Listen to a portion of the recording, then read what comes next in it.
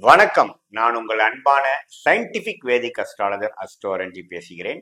நல்லது நினைப்போம், நல்லதே நடக்கும். தொடர்ந்து நம்மளோட வீடியோஸ்லாம் பார்த்துட்டு இருப்பீங்க நம்புறேன். சயின்டிபிக் வேதிக் அஸ்ட்ராலஜி முறையில அறிவியல் சார்ந்த ஜோதிட கருத்துக்களை பார்த்து கொண்டு இருக்கிறோம்.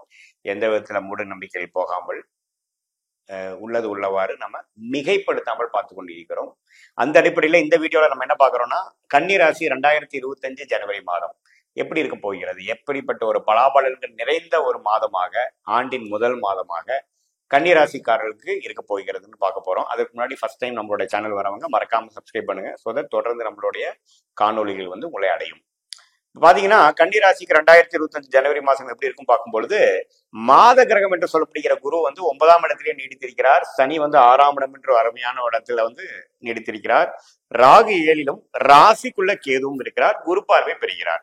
இத்தகைய ஒரு ஆண்டு கிரகத்தின் அமைப்பு எந்த விதத்திலையும் மாற்றம் இல்லை.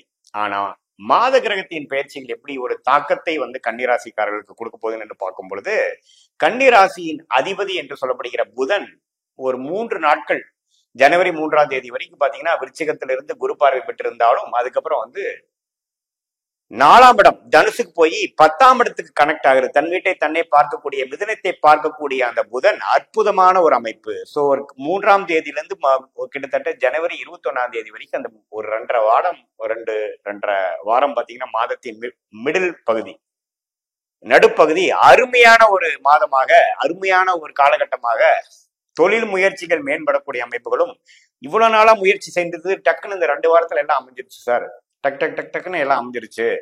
நினைத்தது எவ்ரிதிங் ஃபெல் இன் பிளேசஸ்ன்னு சொல்லுவாங்க பாத்தீங்களா, அது மாதிரி அமைப்பு நல்லாவே இருக்கு. நீங்க கண்டிப்பா அந்த டைமை யூஸ் பண்ணிக்கணுங்கிறது என்னுடைய வேண்டுகோள். இப்ப புதன் ராசி அதிபதி 4ஆம் இடத்துக்கு போய் அப்புறம் 21ஆம் தேதிக்கு அப்புறம் 5ஆம் இடத்துக்கு நட்பு வீட்டுல போறார். அதுவும் குரு பார்வை பெறுகிறார். ஸோ அதுவும் தப்பான அமைப்பு இல்லை.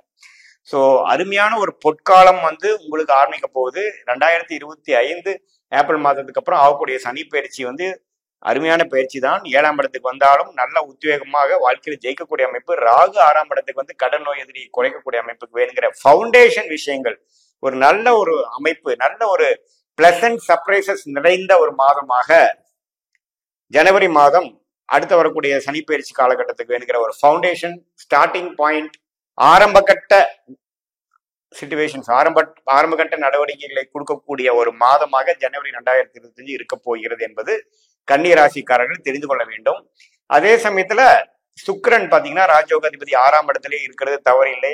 6லிருந்து 12ஐ பார்த்து விரயங்கள், சுப விரயங்கள், சுப முதலீடுகள்லாம் கொடுக்கிறார். அதுக்கப்புறம் உச்சத்துக்கே போறார். கடைசி 3 நாட்கள் ஜனவரி மாதம் எங்க 7ஆம் இடத்துக்கு போறார். ஸோ நல்லாவே பார்ட்னர்ஷிப் விஷயங்கள், நட்பு பாராட்டுறது, அது மாதிரி சில விஷயங்கள்ல நல்லாவே வீடு, வண்டி வாங்கணும், அது மாதிரி இது வரைக்கும் நீங்க இன்வெஸ்ட் பண்ணி எப்படா அது போய் கைக்கு வாங்குவோம் அப்படிங்கிற மாதிரி விஷயம்லாம் ஈடேறக்கூடிய ஒரு அமைப்பா கண்டிப்பாக உண்டு. அதுக்கு அடுத்து வரக்கூடிய பிப்ரவரி, மார்ச் மாசம் வரக்கூடிய விஷயத்துக்கு ஜனவரி மாதம் ஒரு அற்புதமான ஒரு அடிப்படை கொடுக்கக்கூடிய, ஒரு ஃபவுண்டேஷனை கொடுக்கக்கூடிய மாதமாக இருக்கிறது.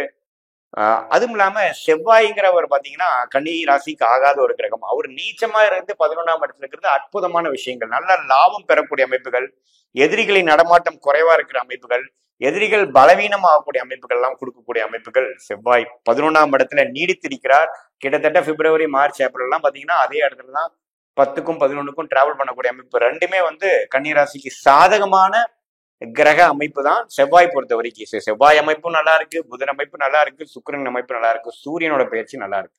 ஸோ இப்ப எல்லாம் இருக்கும் பொழுது ஜனவரி மாதம் பாத்தீங்கன்னா நல்லாவே 2025 நமக்கு ஒரு நல்ல மாற்றத்தை கொடுக்க போகுதுங்கிற ஊர்ஜிதப்படுத்துற மாதிரி, ஒரு டபுள் கன்ஃபர்மேஷன் கொடுக்குற மாதிரி ஒரு மாதமாக, ஒரு மன ரீதியான ஒரு கிளாரிட்டியா இருந்தாலும் சரி, உத்வேக செய்யக்கூடிய ஒரு நல்ல ஒரு தெளிவா இருந்தாலும் சரி, சில விஷயங்கள் டக்குன்னு எனக்கு நடந்துருச்சு, இது வரைக்கும் இழுபறியா இருந்தது எனக்கு கொஞ்சம் நடந்துருச்சு, வர வேண்டியதெல்லாம் வந்துருச்சு, ஐ மெட் the right person the right time அப்படிங்கிற மாதிரி சில நல்ல விஷயங்களை டக்குன்னு ஒரு மேஜிக் மாதிரி நடக்கக்கூடிய அமைப்புகள், இருக்கக்கூடிய அமைப்புகள் கன்னிராசிக்காரர்களுக்கு ஜனவரி மாதம், குறிப்பா சொல்ல போனா அந்த தை மாசம் பிறக்கிற டைம்ல இருந்து ஜனவரி 14ஆம் தேதியிலிருந்து இருக்கக்கூடிய அமைப்புகள் உண்டு.